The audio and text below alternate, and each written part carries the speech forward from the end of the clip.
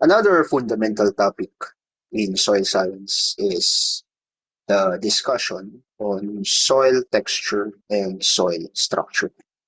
Basically, yun yung titignan natin for this particular lecture. Primarily, focus natin yung attention natin on what are the most applicable soil texture for upland crops, and then i-differentiate natin siya doon sa mga soil texture naman ng mga lowland crops. And then we will proceed with talking about soil structure. And from the soil structure, titignan natin yung impact ng mga different soil structure types with regards to the yield and productivity of our um, of our crop production. So sa discussion ng soil texture, I will not dive deep into this particular topic kasi if you wanted to learn more about soil texture, meron tayong separate video on that you can access as well in our module. Na ang pinag-uusapan lang is mostly on soil texture. Pinag-usapan doon yung mga different textural classes, uh, the soil textural triangle. At the same time, what are the different methods in determining soil texture? So basically, this is just a review of soil texture, pero magfo-focus tayo doon sa differentiation of soil texture in upland and lowland crops. So simulan na natin ang discussion on a brief review what is soil texture. So kapag sinabi nating soil texture, tinitignan lang natin ano ba yung proportion or ano ba yung percentage distribution, let's say, ng tatlong soil particles. That is the sand, the silt, and the clay. So we're basically looking at ilang percent ba doon sa soil natin ang sand, ilang percent ang silt, and ilang percent ang clay. And paano mo madidetermine yung sand particles, silt particles, and clay particles? Madidetermine natin siya based on its diameter. So based doon sa size ng ating soil particle. So for sand, siya yung may pinakamalaking soil particle. You have around 0.05 millimeters to 2 millimeters in size. Ang silt naman, siya yung sumusunod na pinakamalaki, siya yung nasa gitna, so medium size. So around 0.002 millimeters to 0.05 millimeters. And yung pinakamaliit, yung may pinakamataas rin na surface area, is the clay, which is less than 0.002 millimeters. So based on that composition, makikita natin kung ang ating lupa ba ay sandy, silty, clayey, or a combination of that based on the soil texture triangle that we have, okay? Or maybe based on the categories that is used by our farmers in the field. So that's a quick review. Ang titignan naman na natin is what kind of soil texture do crops need? So you need to understand guys na ang mga crops natin, hindi sila fixed on a particular soil texture. What I mean by that is, hindi porket loamy yung soil mo, ibig sabihin lahat ng crops dapat nandun na. Although it's ideal, no? Kasi ang loam soil is balance yung clay and sand particles and silt particles. But there are some crops who would prefer more clayey soil texture. And there are some crops naman who would prefer more sandy soil texture. So yun yung titignan natin. Ano ba yung mga pwedeng itanim sa mga iba't ibang soil texture? We will not be covering all the, if I'm not mistaken, 12 soil textures, but rather I will just provide you an overview on the basics of what crops grow well on sandy or sandy loamy soils, and what crops grow well naman on clay soils. But before diving deep on that differentiation, tingnan muna natin kung paano ba naapektuhan ng soil texture yung performance ng ating crop. Okay? Now, soil texture is very important because of, number one, it determines yung water holding capacity ng lupa. So, yung yung distribution ng ng tatlong particles natin, sand, silt, and clay, will determine kung yung lupa ba natin can hold lots of water or it can drain quickly. Okay? So that means, for example, in terms of water holding capacity, yung mga sandy soils natin, usually, they drain quickly. Kasi medyo malalaki yung mga pores nila din dyan yung pores sa mga sandy soils. Whereas sa mga clayy soils naman, usually, they retain more water. Okay? So, nare-retain nila, kumbaga, the water stick to them, or kumbaga, para silang tangke, nangunguleksa sila ng tubig. How about in terms of drainage and erosion? So, sa drainage and erosion, ang soil texture na medyo sandy, mabilis lang ang drainage diyan. Kasi nga hindi nila naho-hold yung tubig, so mabilis ang drainage yan, mabilis na bumababa yung tubig sa mga gandang klaseng lupa. Ganun din when it terms to aeration, sa mga sandy soils, they have high aeration. Ibig sabihin, maraming oxygen yung lupa na yon, which is very needed, specifically dun sa roots ng ating halaman. Kasi kailangan ng roots ng oxygen in order for them to perform their function well. Now, for clayey soils, in terms of drainage, very poor. Kasi nga, they retain water, mga clayey soils. And mababa rin ang erosion dyan, kaya yung mga microbes na nandyan are usually anaerobic. Yung mga hindi nila kailangan ng oxygen. Okay? So titignan din natin later on na yung mga halaman na hindi masyadong kailangan ng oxygen sa roots, sila yung nagtatribe sa mga clayey soils. Although there are some special features ng mga halaman that allows them to deliver oxygen to their roots. At ang tawag doon is yung, for example, sa rice, ang tawag sa structure na yun is the parenchyma. In anyways, let's move to number 3. Soil texture is very important for its root penetration. So, tignan ulit natin. Kapag sandy yung soil, mataas ba ang root penetration?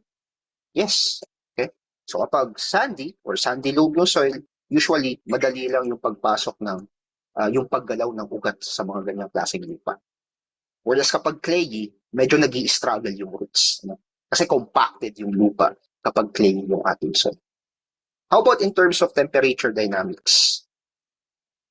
So sa temperature dynamics, usually, ang mga sandy soils, mas mabilis silang mag-warm up. Bakit kaya sa tingin nyo mabilis silang mag-warm up? Well, the reason for that is that hindi kasi sila nakakapag-hold ng tubig. Kapag ang lupa mo ay nakakapag-hold ng maraming tubig, mas mabagal sila mag-warm up kasi may tubig yun. Basa sila, kumbaga. Right? So isipin nyo na lang yung tuwalya nyo. Yung tuwalya nyo na basa, isinampay nyo sa labas, medyo matagal bago mag-warm up yun kasi nga basa siya. So yun yung characteristic ng clayey soils. Medyo mahirap sila mag-warm up. But for sandy soils, usually they are dry. So dahil dry sila, mas madaling mag-warm up yung lupa. And ano ibig sabihin nito sa crop mo? So sa mga sandy soils, usually since they warm up quickly, mas maaga ang pagtatanim mo ng mga seeds mo dyan. Okay? Bakit? Kasi kailangan ng seeds ng warmth for germination. Whereas for clayey soils, ang mga clayey soils, since lagi silang basa, okay? Dahil nag-hold sila ng mataas na water, hindi ka basta-basta pwedeng magtanim dyan agad-agad. Okay? Kasi hindi pa sila warm, usually basa sila. And ano yung pwedeng mangyari kapag nagtanim ka ng buto sa isang basa na lupa? Well, there is the risk of rotting. Pwedeng mapulok yung buto mo. And there is also the risk of other bacterial pathogens that could negatively affect your seeds. Okay? And finally, in terms of CEC, sino sa tingin nyo ang may mas mataas na CEC? Sandy soils or clay soils? Again, ano ang CEC? Cation exchange capacity. Or to briefly define it, CEC is yung nutrient retention ability ng lupa. Nagmamagnet ba siya ng nutrient? Or yung nutrient madali lang mawala sa kanya, madali lang ma-flash, madali lang ma-leach. Diba? So, in terms of CEC, mas mataas ang CEC ng mga clayey soils, lalo na kapag mayaman na sa organic matter. So mataas yung capacity niya to magnet cations, which are essential nutrients to your plants, katulad ng magnesium, katulad ng potassium, katulad ng calcium. Okay. Ang mga clayey soils, mas mataas ang CEC nila. Whereas ang sandy soils, mababa ang cation exchange capacity nila. Ibig sabihin yan, hindi basta-basta nare-retain yung nutrients dun sa lupa when your soil is sandy. Okay? And dahil mababa yung kanyang CEC, another implication of that is, kapag umulan, yung mga nutrients na to, madali lang siyang ma-flush or madali lang siyang ma-leach. Okay? So sandy soils, mababa ang CEC. Clayey soils, mataas ang CEC or mataas ang nutrient retention niya. Now let's move forward with upland crops. Ano kaya yung soil texture recommendation when we're talking about upland crops? Now, hindi natin masasagot yung tanong na yan kapag hindi natin alam yung ibig sabihin ng upland crops. So ano ba ang upland crops?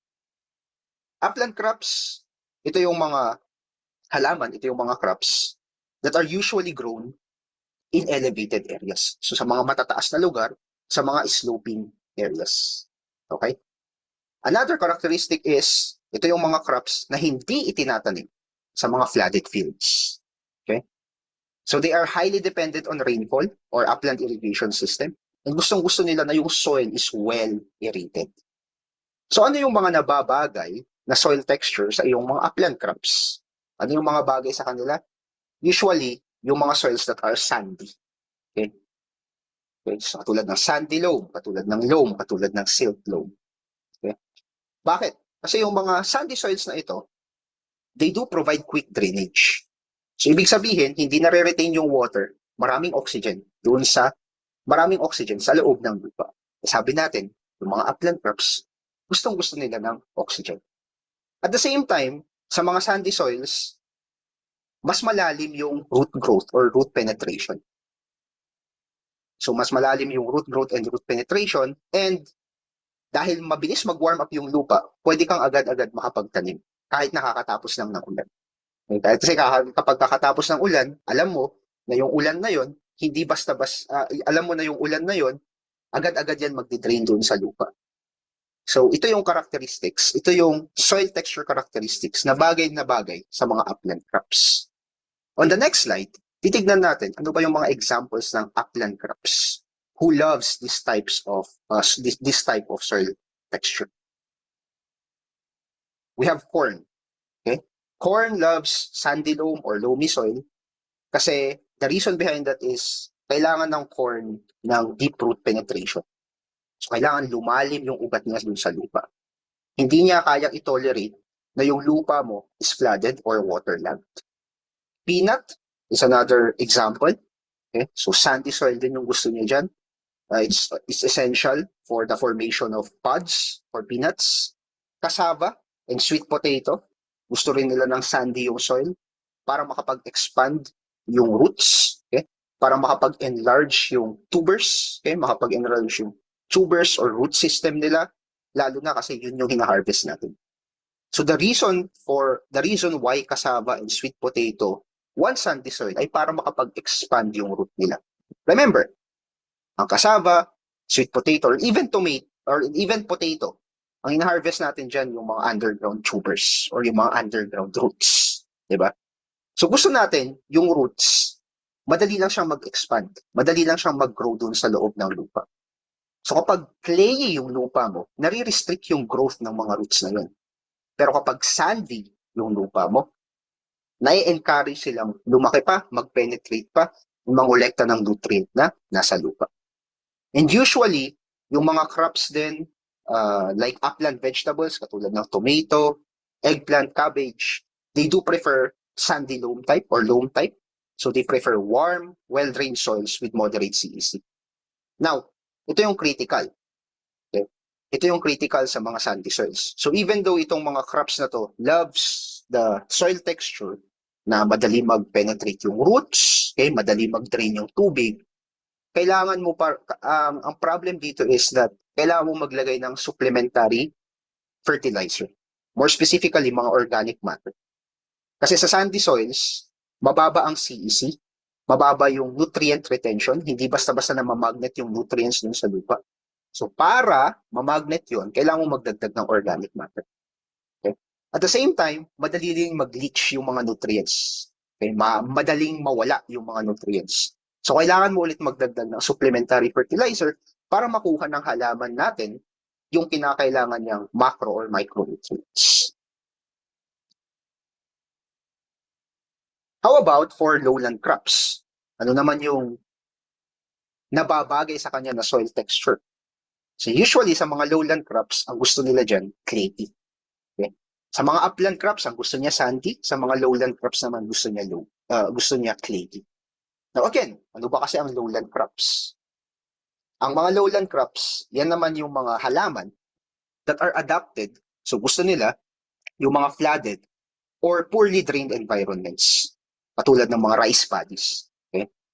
So gusto nila na yung lupa kung saan sila nakatanim, nagre-retain ng tubig. Okay? And dahil gusto nila yung nagre-retain ng tubig, maganda na yung soil texture dyan, medyo clayey. Okay? Kasi ang clayey, nakakapag-retain siya ng tubig. So the soil texture should hold water well. Kaya gusto nila ng clayey, clay loam, or silty clay. Gusto nila mababa yung percolation rate or yung pagbaba ng tubig para ma-conserve yung tubig. Kasi nga gusto nila medyo matubig, no? Mga hydrophytes din, mga halaman na nandyan. And usually they thrive well kahit na anaerobic yung conditions. Kahit na hindi kailangan ng oxygen, kahit na walang oxygen yung lupa, nagtathrive pa din yung root system nila. So ano ang mga example ng crops that thrives well in flooded conditions or in waterlogged conditions? We have rice. Okay? So gusto niya ng clay or clay loam.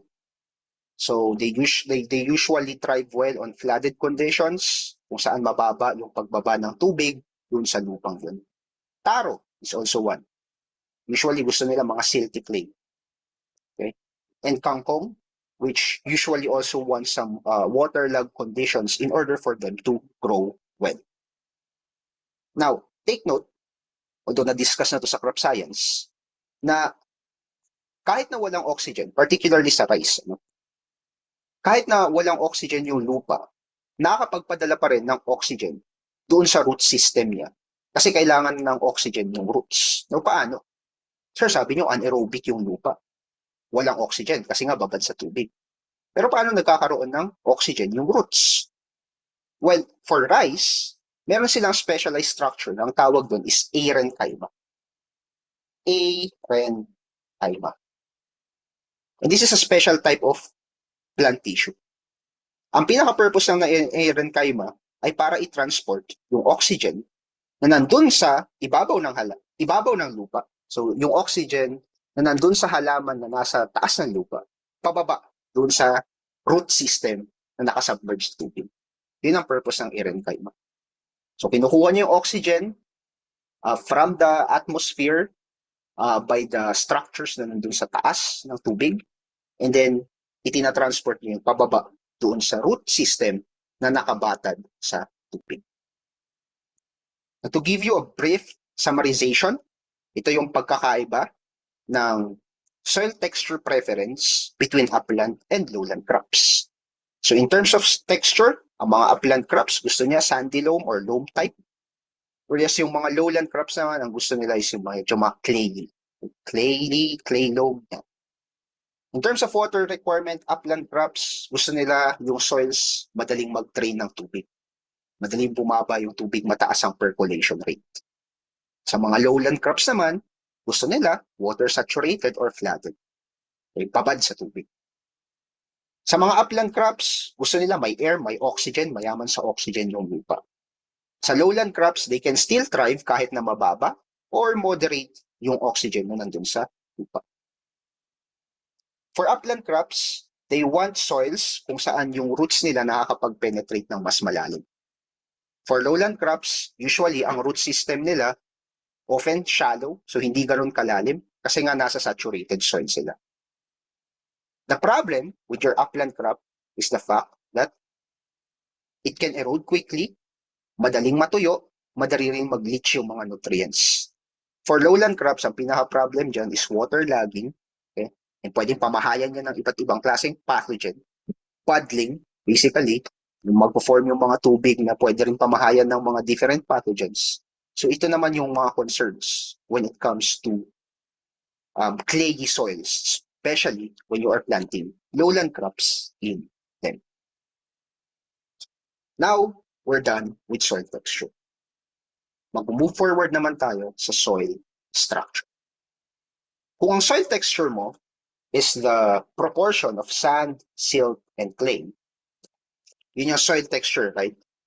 Proportion ng sand, silt, and clay. Ang soil structure naman, tinitignan natin dyan yung aggregates ng lupa we call as beds. So let's look at a metaphor. Let's say sa isang city. Yung city natin, mayroong individual buildings, tama? Maraming buildings, siguro may mga condo units, may mga apartment, may mga mid-rise building. So yun yung soil texture natin, yan yung sand, silt, at clay. Pero hindi buo ang city kapag puro building lang siya. Okay? Kailangan natin ng kalsada, kailangan ng sidewalk, okay? Kailangan ng iba't ibang connecting structures na i-connect yung mga different buildings para makapag-travel yung mga tao within that city. Okay? So yung mga connecting structures like the roads, like the bridges, yun na yung magiging soil structure mo. Okay? So once that these buildings are connected, you now have a functioning city. And ganun din sa soil. Once you have a soil structure determining yung aggregates ng lupa, you now have a functional soil. So, technically, how do you define soil structure? So kung ang soil structure. So kung ang soil texture is the proportion of sand, silt, and clay, ang soil structure mo naman, tinitignan na natin dyan yung arrangement ng mga particles na to form what we call as aggregates or beds. Okay? So ang tinitignan na natin dyan is yung form ng lupa, hindi lang yung proportion ng sand, silt, and clay. So yung lupa ba, ano ba yung shape niya? So that's one. Is it granular, blocky, or platy? Diba? Ano yung size? Kapag ba kumuha ng tumpok, malalaking tumpok ba yan? Or maliliit lang na tumpok? Okay? How well is the structure or yung grade ng structure? Kapag ba pinisil mo yung nakuha mong tumpok ng lupa, nagka-crumble agad siya? Or medyo matigas? So that is what we call a soil structure. And how does this soil structure form? Ano yung reason kung bakit nakaka-create ka ng aggregates or beds? Okay? Now, there are multiple reasons, but we will be focusing on these 5 factors. So, the reason kung bakit nagkakaroon tayo ng soil structure, in general, ay dahil may mga, let's just say, there is a glue. So, there's a gluing agent that allows your soils to form aggregates. Katulad ng analogy natin kanina, may mga kalsada that connects different buildings to each other. So, ganun din ang soil structure. Nagkakaroon ng glue structure, nagkakaroon ng glue feature that allows it to create beds or aggregates. So, ano yung mga gluing, ano yung mga glues na yan? Ano yung mga different types of glues that allows the soil to create its own structure? Number one would be organic matter. So, mga organic matter, particularly humus, yung fully decomposed organic matter, nagke-create yan ng sticky substance or sticky polysaccharides that allows aggregation para magdikit-dikit yung lupa. Soil organism is also one. Okay? Yung mga earthworm, mga fungi, mga bacteria, nag-i-excrete yung mga yan ng mga binding agents para yung lupa mo ay magdikit-dikit. Another glue is your clay minerals. Okay? Yung clay minerals mo katulad ng 2:1 clay, your montmorillonite. Okay? Yung montmorillonite mo, mataas ang surface area and charge niyan. Kaya madaling magdikit-dikit ang lupa kapag ang lupa mo mayaman sa montmorillonite. Now, kapag ang lupa mo mayaman sa kaolinite. Okay? So kapag montmorillonite, mas nagdidikit-dikit ang lupa. Pero kapag kaolinite naman, yan yung opposite ni montmorillonite, usually, mahina yung aggregation or mahina yung pagdidikit-dikit. So isipin nyo na lang, ang mga montmorillonite clays para yung mighty band. Kasi nagdidikit-dikit ang lupa in their presence. Pero ang kaolinite parang paste. Ano? Gaw-gaw. So nakadikit rin, yes, pero hindi ganun ka-strong as a binding agent. Another type of glue would be calcium in contrast with sodium, no? Ang calcium, kapag ang lupa mo mayaman sa calcium, nagkukos yan ng tinatawag nating flocculation. Okay? Flocculation is basically yung clumping together, yung pagdidikit-dikit ng yung pagdidikit-dikit ng lupa.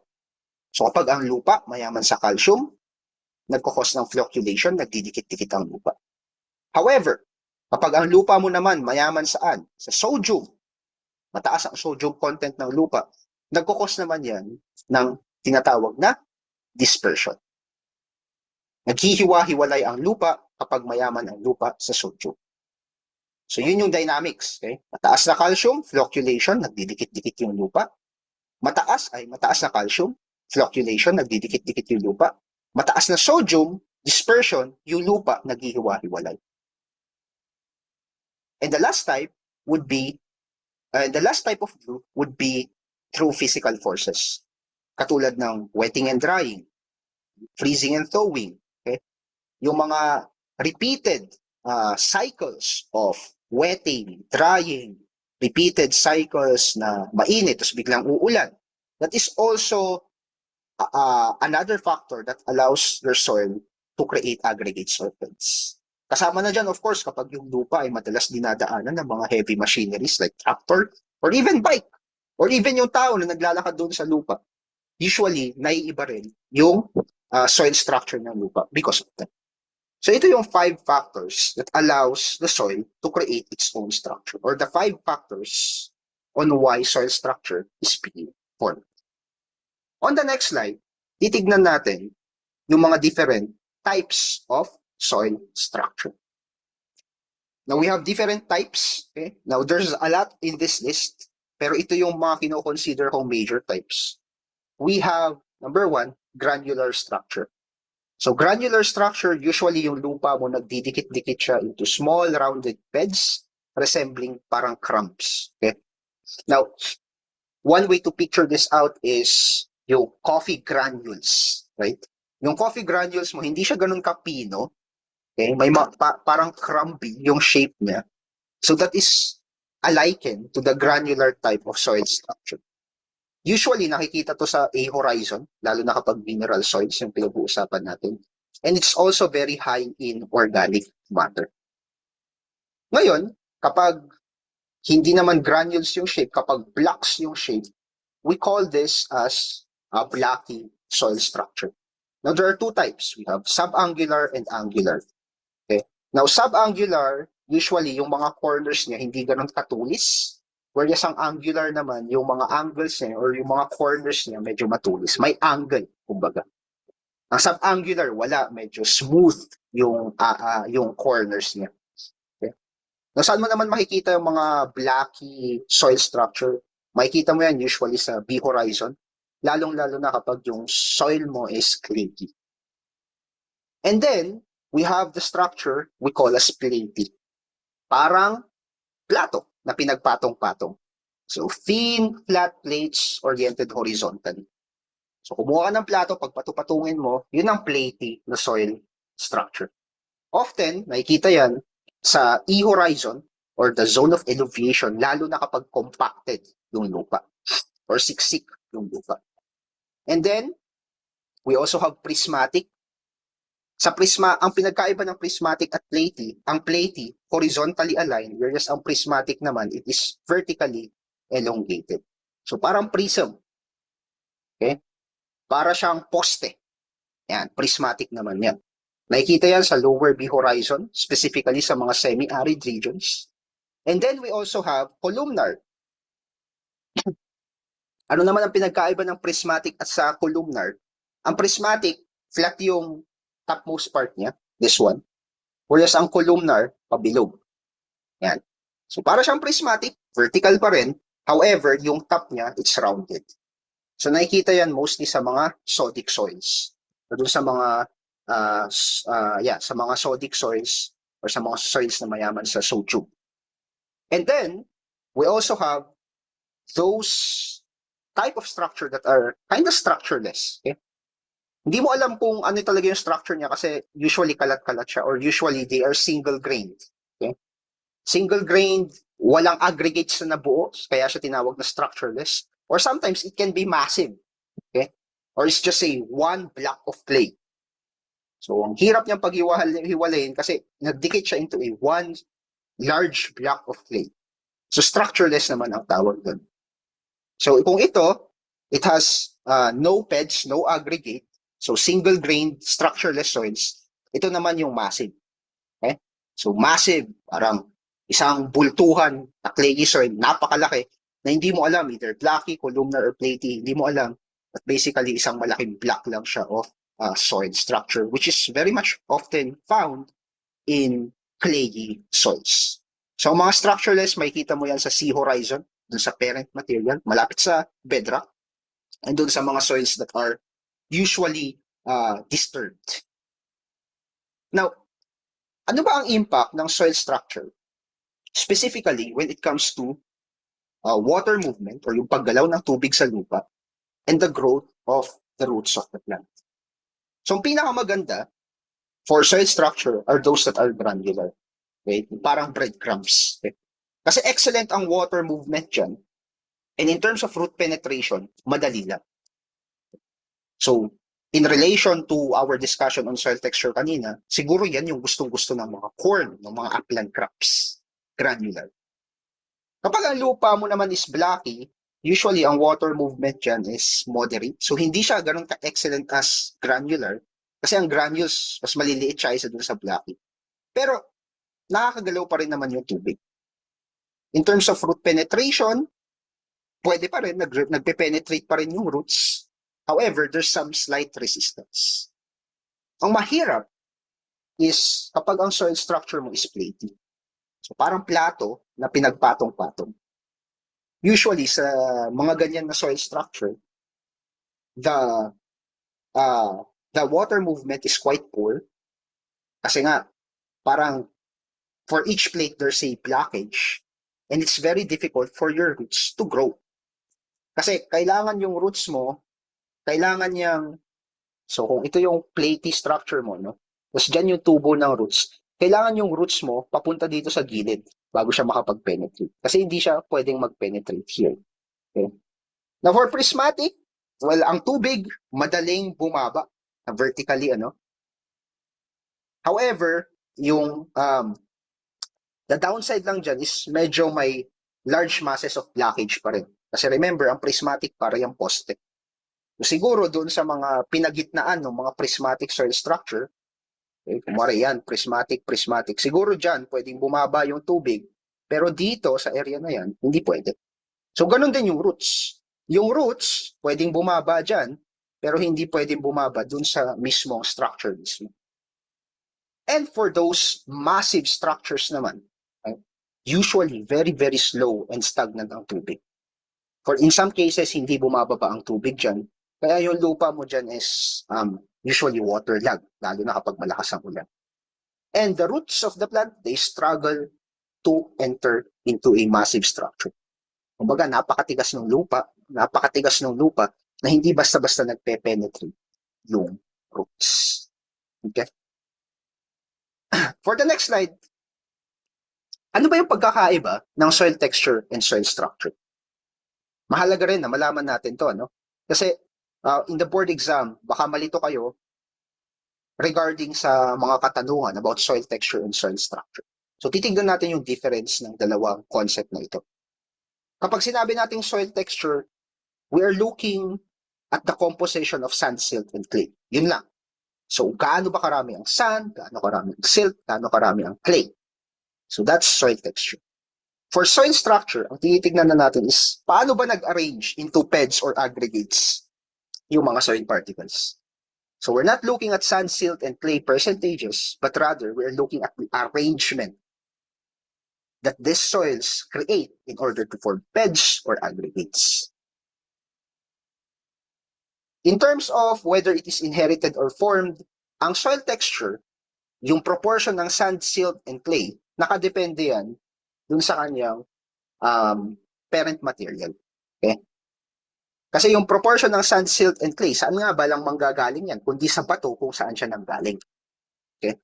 Whereas for soil structure, these are formed by many processes. Katulad ng mga nabanggit ko kanina, it can be binded by organic matter. Nakadepende sa organic matter. Nakadepende sa mga microbes na nasa lupa. Nakadepende sa mga physical forces. Right? So, it has a lot of factors and nag-iiba-iba yung cell structure based dun sa combination of the factors that we have discussed earlier. Ang soil texture, hindi rin yan basta-basta napapalitan. Kasi usually, kung saan galing yung lupa, which is galing sa bed, galing sa parent material niya, kung ano yung proportion ng sand, silt, and clay, yun na yun. Hindi mo siya basta-basta mababago. Whereas for soil structure, pwede. Kasi pwede, for example, yung lupa mo, platy. Pwede mong i-plow yung lupa mo to make it more granular. Di ba? So you can easily manage it, or you can easily turn the soil structure into something that would make your crop production better. Key influence for soil texture, it controls water retention. Okay? For soil structure naman, it controls both water movement and aeration. Paano mo mini-measure ang soil texture? You can use hydrometer or field method. Na-discuss natin yan doon sa in-depth discussion on soil texture. Whereas for soil structure, makikita mo na yan kapag inobserbahan mo yung lupa na nandun sa field. The last segment of this lecture, we will be covering the soil structure and its influence on crop performance. Magti-take ka ba ng licensure exam for agriculturist this year? If yes, I believe my course is for you. Enroll now at Learning Agri Withal modular course by clicking the link below. Ano pang hinihintay mo? Mag-enroll ka na. Samahan kita mag-review. Bye!